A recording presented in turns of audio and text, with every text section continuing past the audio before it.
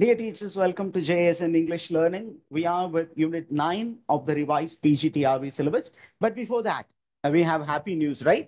This morning, நமக்கு ரொம்ப சந்தோஷமான ஒரு தகவல் என்ன அப்படின்னா நோட்டிஃபிகேஷன் கொடுத்துட்டாங்க. Okay, notification படி when does the online registration starts? பார்ப்போம் எவ்வளவு தூரம் நீங்க அப்டேட்டடா இருக்கீங்கன்னு பார்ப்போம். From today. From today onwards till August 12th. That is the registration, and you need to get ready with all the details. And the exam will be in OMR format. OMR sheet la dhaan panna poringa. And the exam is going to be on 28th of September. Okay, September 28th. It's a Sunday. So that's the announcement that is given, and they have also given you the syllabus for what is that? General Tamil and also for education psychology. Am I right, teachers? So all of you are geared up and you are now preparing. And what are we going to do? அப்படின்னா நம்ம இந்த unit 9ல ஒரு 4 topics and the topics in the weekல complete பண்ணிடுவோம்.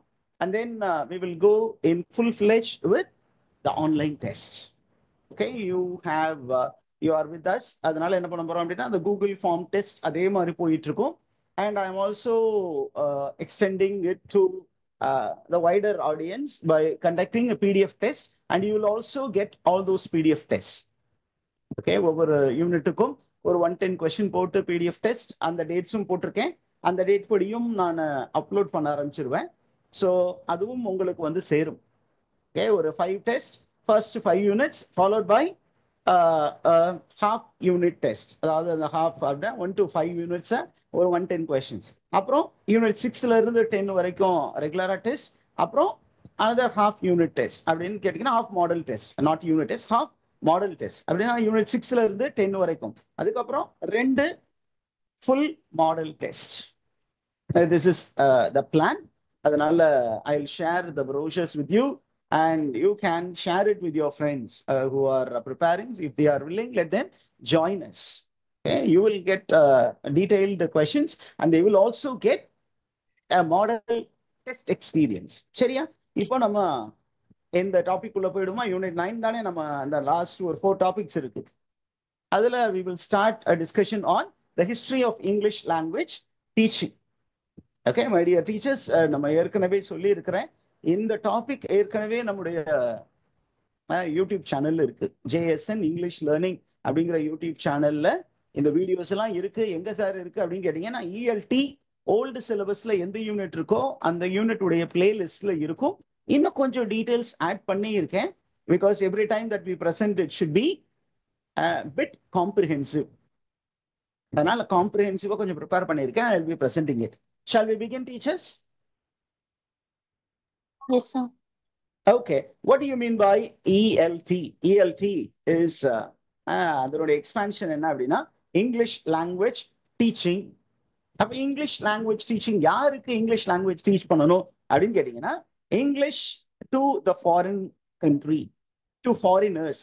அப்ப teaching English as a foreign language, that is one aspect of ELT. The other one is English as a second language. Foreign language teach பண்றதுக்கும் second language teach பண்றதுக்கும் difference இருக்கா அப்படின்னா இருக்கு. நம்ம இது வரைக்கும் தெரிஞ்சுக்குவோம். அதுக்கப்புறம் நம்ம என்ன பண்ண போறோம் அப்படின்னா we are going to move bit forward. என்ன அப்படின்னா teaching of English language involves theories, methods, materials and practice. இந்த 4 விஷயங்களை பத்தி நம்ம டீடைலிங்கா பார்க்க போறோம். இதை மட்டும் சொல்லிட்டு விட்டுறலாம், பட் வேண்டாம் அப்படின்னு நினைச்சேன். ஏன்னா அதை பத்தி அதை பேஸ் பண்ணி உங்களுக்கு கொஸ்டின்ஸ் கொடுத்தாங்கன்னா okay, you should not miss it. You should get your government job. அதனால எல்லாத்தையும் பார்க்க போறோம். We are going to look into the theories, we are going to look into the method, we are going to look into the material and the practices, okay, that are used to help people learn English in a diverse context. Now, அப்படியே ELT பார்த்தீங்கன்னா அதோட ஹிஸ்டரியை பார்த்தீங்கன்னா ELT has evolved alongside political, cultural, technological and scientific development. அப்போ நம்ம அப்படியே அந்த paradigm shift எல்லாம் பார்க்க போறோம். Now let's get into what we mean by approach method and technique. இஎல்டின்னு வந்துட்டீங்கன்னா ஃபர்ஸ்ட் எடுத்தோன்னே இதை தான் டீச் பண்ணுவாங்க. எங்க சார் இந்த அப்ரோச் மெத்தட் டெக்னிக்கை பத்தி எந்த புக்ல சார் சொல்லியிருக்காங்க அப்படின்னு பாத்தீங்கன்னா, a classical framework is given by Rogers and Richards in the year 2001 in a book titled Approaches and Methods in English Language Teaching. இதுதான் புத்தகம். ஓகே, அப்ப இஎல்டி நடத்துறவங்க இந்த புக், இந்த ஆத்தர், இந்த ரெண்டு பேரையும் ரெஃபர் பண்ணாம நடத்த மாட்டாங்க. So what is approach? Approach in ELT, English Language Teachingல approachனா என்ன?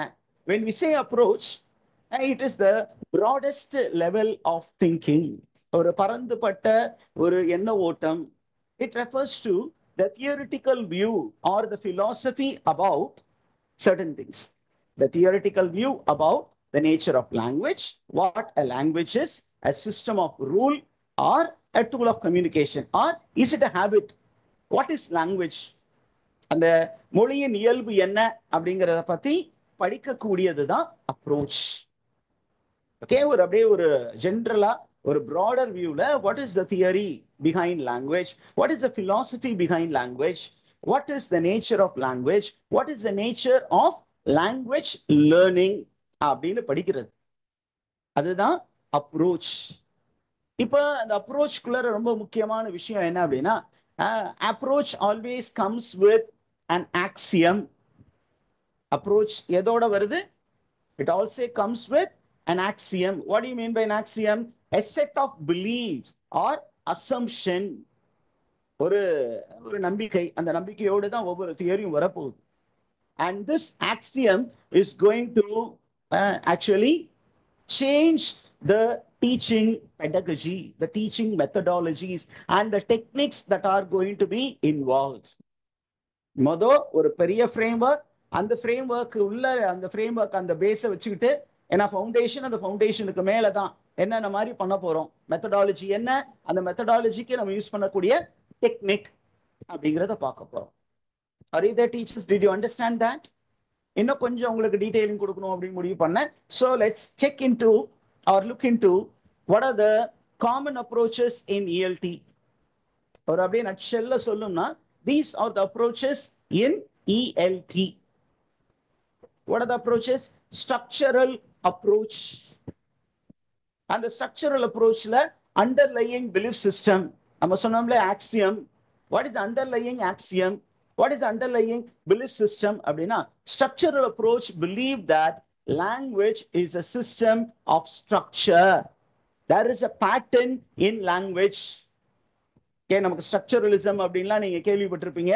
ஒருவேளை கேள்விப்படலாம், நம்ம சேனல்ல போய் பாருங்க, அங்க ஸ்ட்ரக்சரலிசம் பத்தி ஒரு அழகான வீடியோ பண்ணியிருக்கேன் ஏற்கனவே. இங்க லாங்குவேஜ் அப்படின்னு கேட்டீங்கன்னா, நம்ம ஆக்சுவலா ஸ்ட்ரக்சரலிசத்துக்கு பேஸ் வந்து linguistics, and linguistic concept given by Ferdinand de Saussure. Are you there, teachers? அந்த Ferdinand de Saussure கேள்விப்பட்ட மாதிரி இருக்கா? எந்த நாட்டு linguist? Swiss linguist, considered to be the father of linguistics. And what did he believe? He believed that language is a system of sign, S-I-G-N. And the relationship between various signs is not fixed, but it is in a state of flux. அந்த ஒரு சைனுக்கும் இன்னொரு சைனுக்கும் இருக்கக்கூடிய அந்த connection. அப்ப அவரு தான் வந்து ஒரு ஃபேமஸான ஒரு 3 டேர்ம்ஸ் கொடுத்தாரு. என்னது? சிக்னிஃபயர், சிக்னிஃபைட், ரெஃபரண்ட், அந்த விஷயம்லாம் சொன்னார். இப்ப ஜென்ரலா நீங்க சிம்பிளா புரிஞ்சுக்கணும்னா, there is always a structure. Language is a system of structure. And அந்த ஸ்ட்ரக்சர் அப்படின்னு சொன்னீங்கன்னா அதுக்கு ஒரு பர்டிகுலர் பேட்டர்ன் இருக்கும். நீங்க பாருங்களேன், ஒரு இன்ஜினியர் எடுத்துக்கோங்க. ஒரு இன்ஜினியர் வந்து ஒரு ரோல இருக்கக்கூடிய வீடெல்லாம் கட்டுறாருன்னு வச்சுக்கோங்க. தெருவுல எல்லா வீடுக்கும் ஒரே மாதிரி ஸ்ட்ரக்சர்ல தான் கட்டியிருப்பார். ஏன் அப்படின்னா, அந்த இடத்த அவர் பிளான் பண்ணுவாரு, கொஞ்சம் கூட வேஸ்ட் பண்ணாம. சுத்தியும் காம்பவுண்ட் வால் போட்டுருவாரு. ஒரு வீட்டுக்கும் இன்னொரு வீட்டுக்கும் இடையில ஒரு அடி 2 அடி கேப் மட்டும் விட்டு என்ன பண்ணுவாரு, வீட அழகா கட்டி தள்ளிடுவார். வெளியில இருந்து பார்க்கும்போதுக்கு அழகா இருக்கும். வாங்கிக்கோ அப்படின்னு சொல்லிட்டு, நீங்க ஒரு ஆஃப் பிளாட்ல ஒரு கன்ஸ்ட்ரக்ஷன் சைட் ஒரு 800 ஸ்கொயர் ஃபீட் அப்படின்னா, எங்க ஏரியால ஒரு 60 லட்சம் 60 லட்சத்தை அள்ளி கொடுத்துட்டு போயிட்டே இருப்பீங்க. அப்புறம் உள்ள போனதுக்கு அப்புறம் தான் தெரியும் இந்த ஆளு எல்லா வீடையும் இதே மாதிரி தான் கட்டியிருக்கான், கொஞ்சம் கூட ஈஸ்தட்டிக் சென்ஸ் எல்லாமே கட்டியிருக்கான், வெளியில இருந்து பார்க்கும்போது பெருசா தெரியும். I'm just exaggerating. So the common belief for structural approach என்ன இவ்வளவுதான் question கேட்பாங்க. You need to say that this structural approach had an axiom or a belief system that language is a system of sign, and how can we learn language? By mastering the patterns inside the system. பேட்டர்னை பிடிச்சிட்டீங்கன்னா போதும், நீங்க என்ன பண்ணலாம், அந்த லாங்குவேஜையே master பண்ணிடலாம். This is a structural approach. The second one is communicative approach. What does communicative approach say? According to communicative approach, the axiom or the belief system is language is a tool for communication. அது ஒரு communication medium. அப்ப how to master it அப்படின்னு கேட்டீங்கன்னா, to master language we have to use language meaningfully. We have to focus on meaning. Once you focus on meaning, you can master language. அப்போ உங்களோட communication வந்து மீனிங்ஃபுல்லா இருக்கணும், அந்த அளவுக்கு நீங்க கொஞ்சம் மெனக்கடணும். அதுதான் அந்த அப்ரோச்சினுடைய பிலீஃப் சிஸ்டம். அதற்கு அடுத்தது லெக்சிக்கல் அப்ரோச். லெக்ஸ் அப்படின்னு கேட்டீங்கன்னாவே இட்ஸ் சங்க்னு இருக்கும், லெக்ஸிஸ்னா வேர்டுன்னு இருக்கும். அப்ப according to lexical approach, the basic belief system is language is lexis and not just grammatical rules. Syntax என்பது ஒன்று இருந்தாலும், இப்ப நீங்க முன்னாடி பாத்தீங்கன்னா கம்யூனிகேட்டிவ் அப்ரோச்ல semantics is very important. Meaning இங்க பாத்தீங்கன்னா சின்டாக்ஸுக்கு இம்பார்ட்டன்ஸ் கொடுக்கல. அவங்க என்ன பண்ணாங்க, they were speaking about collocation, words that occur in a particular what is a meaning context. ஒரு பர்டிகுலர் கான்டெக்ஸ்டுக்குள்ள வரக்கூடிய வேர்ட்ஸ், அது எல்லாமே என்ன பண்ணும் அப்படின்னு கேட்டீங்கன்னா that makes the language அப்படின்னு சொன்னாங்க. அதுக்கப்புறம் இன்னொரு approach. what is that approach? This approach is called humanistic approach. What does this approach believe in? This approach believes that language learning should respect the learner's feeling and individuality. ஒரு individual learner அவருடைய ஃபீலிங்ஸையும் அவருடைய இண்டிவிஜுவாலிட்டியும் புரிஞ்சுக்கிட்டு நம்ம என்ன பண்ணணும், லாங்குவேஜை teach பண்ணணும் அப்படின்னு சொன்னாங்க. This is what we call as approach. அந்த அப்ரோச்சுக்கு கீழே நமக்கு நிறைய மெத்தட்ஸ் இருக்கு. ஒரு பேசிக் சிஸ்டம், ஒரு பிலீஃப் சிஸ்டம், அந்த பிலீஃப் சிஸ்டத்துக்கு கீழே ஒரு பிராக்டிக்கல் பிளான். ஓகே, இந்த பிராக்டிக்கல் பிளான். சப்போஸ் இதை எப்படி சார் புரிஞ்சுக்கிறது அப்படின்னு கேட்டீங்கன்னா, இப்போ நீங்க ஒரு வீடு கட்டணும் அப்படின்னா உங்களுக்கு பேசிக்கா ஒரு பிலீஃப் சிஸ்டம் இருக்கு, என்னால இவ்வளவு பெரிய வீடு கட்ட முடியும். அந்த கட்ட முடியும் அப்படிங்கிற விஷயத்துக்குள்ளார நீங்க என்ன பண்ணுவீங்க, பட்ஜெட் பண்ணி இந்த ஹால் வந்து இவ்வளவு பெருசு அப்படின்னு ஒவ்வொன்றையும் நீங்க என்ன பண்ணுவீங்க, பிளான் பண்ணுவீங்க. That practical plan that can be used to actualize the theoretical approach in the classroom, that is called method. Okay, theory அப்படிங்கிறது பேசிக் பின்னாடி இருக்கு. ஆனா அந்த தியரியை சக்சஸ்ஃபுல்லா ஆக்கணும்னா உங்க கையில என்ன இருக்கணும், ஒரு மெத்தட் இருக்கணும், ஒரு பிராக்டிக்கல் பிளான் இருக்கணும்.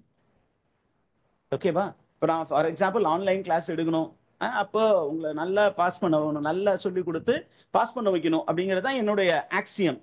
அப்போ நான் என்ன பண்ணேன் அப்படிங்கும்போது சிம்பிளா லெக்சர் பண்ணிட்டு போறது பதிலாக இந்த மாதிரி ஒரு டிஸ்பிளே போடுவோம், இந்த டிஸ்பிளேல கொஞ்சம் ஹைலைட் பண்ணி பாடம் நடத்தலாம் அப்படிங்கிறது தான் method.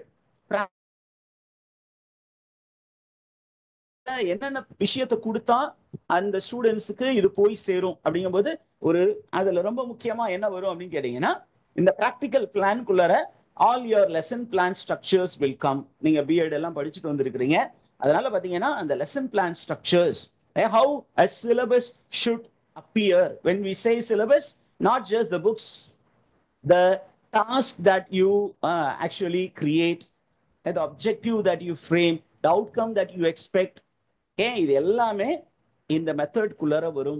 What is the role of the teacher in teaching and what is the role of the learner, and how materials are to be organized, what are the skill sets that should be what is say tested or that should be taught and that should be tested அப்படின்னு சொல்றதுதான் method. Okay, அப்ப நமக்கு இன்னொரு சின்னதா definition போவோமே.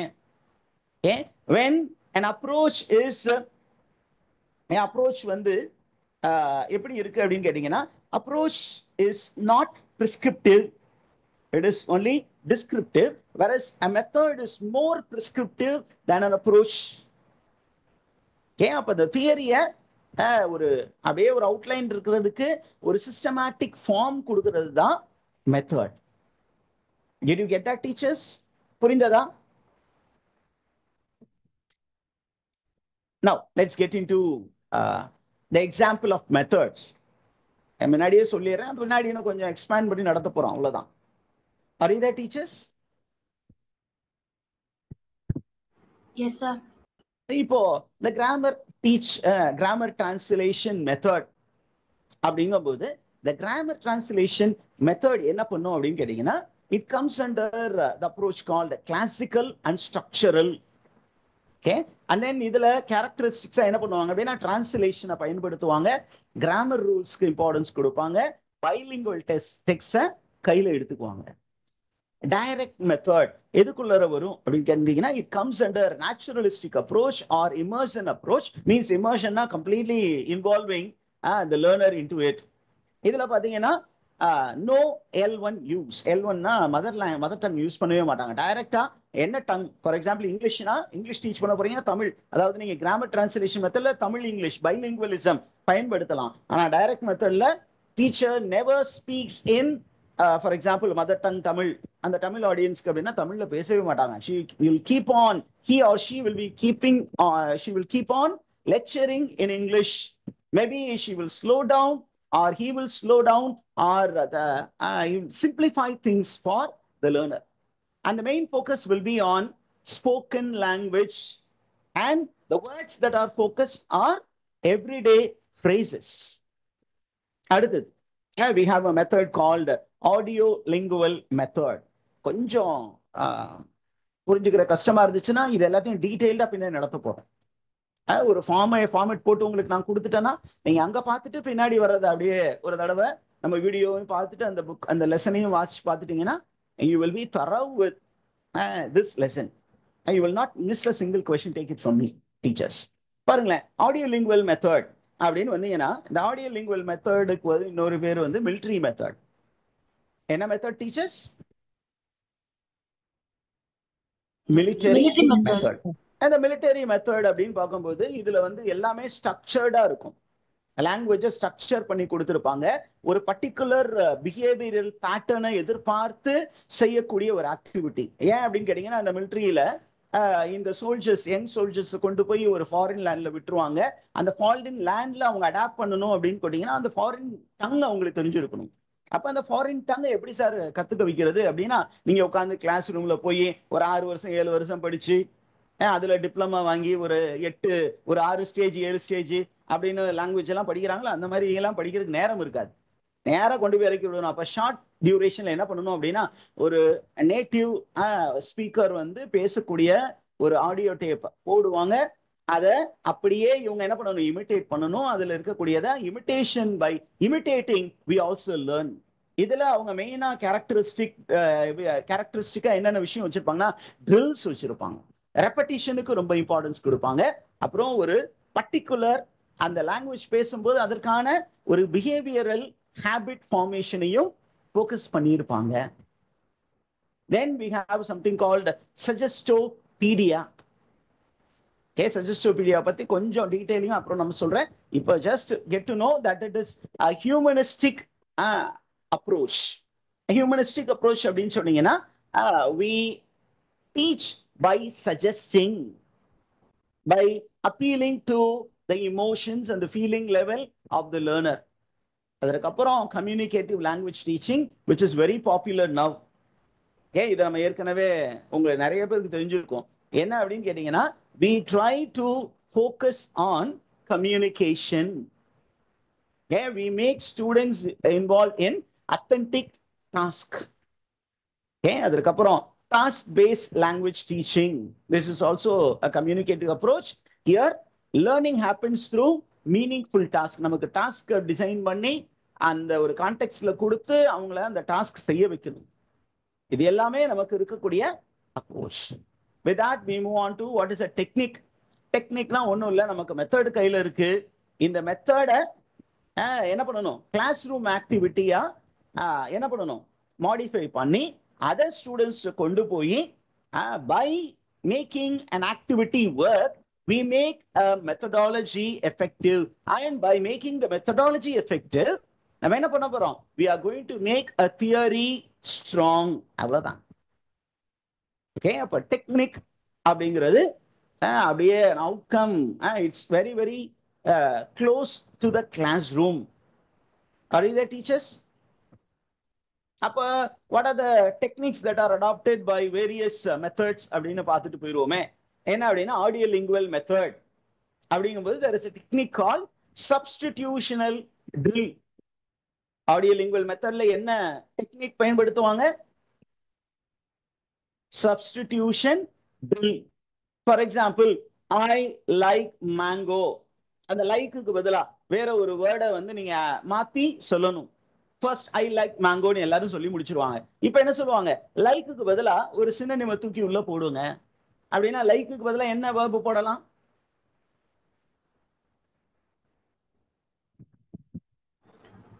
I love mango. I love mango, love போடலாம். அல்ல அதுக்கு பதிலா லவ்வுக்கு பதிலா அப்படியே ஒரு சின்ன expression crave for mango, I long for mango.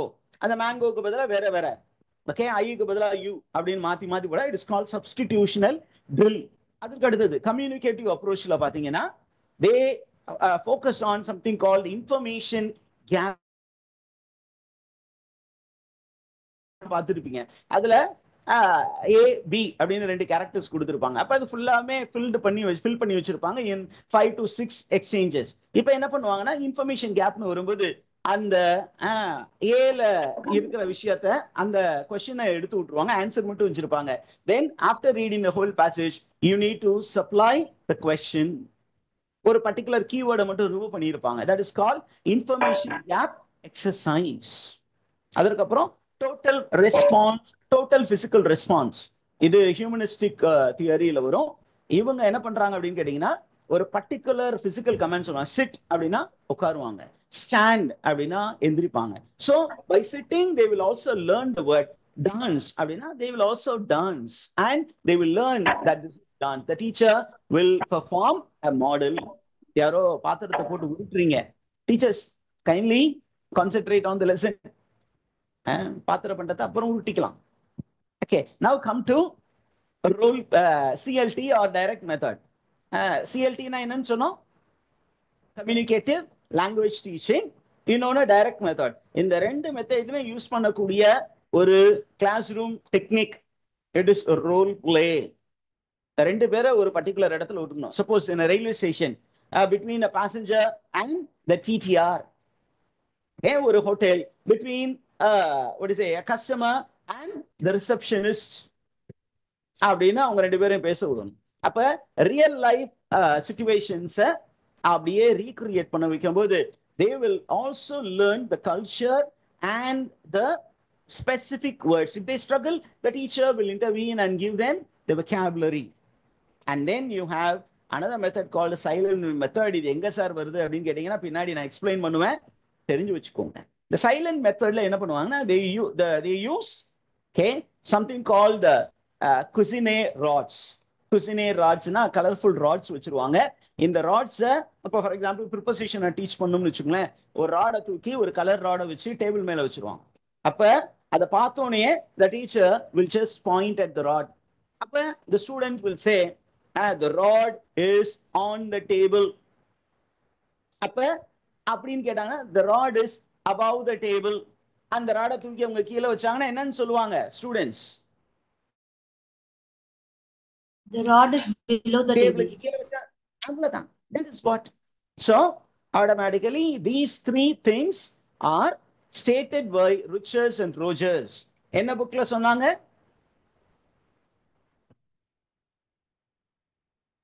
Approaches and methods in language. Approaches and methods in English language teaching. The book was published in 2001. Don't be surprised if this book and the publication year and the author becomes a question in your upcoming exam, or they may ask you about the definitions. அவ்வளவுதான். அது இல்லைன்னா they may ask you for the correct structuring. What comes first, what comes second, what comes third. First comes approachல இருந்து தான் மெத்தட்ல இருந்து தான் technique. இதற்கு alternate terminologies இருக்கு. Approach, design, procedure. இந்த ரெண்டும் மைண்ட்ல அப்படியே வச்சுக்கோங்க. இதை வச்சுக்கிட்டோம்னா நமக்கு இனிமேட்டுக்கு நம்ம படிக்க போறது ஈஸியா இருக்கும். Do you have any questions now, teachers? ஏதாவது இருக்கா?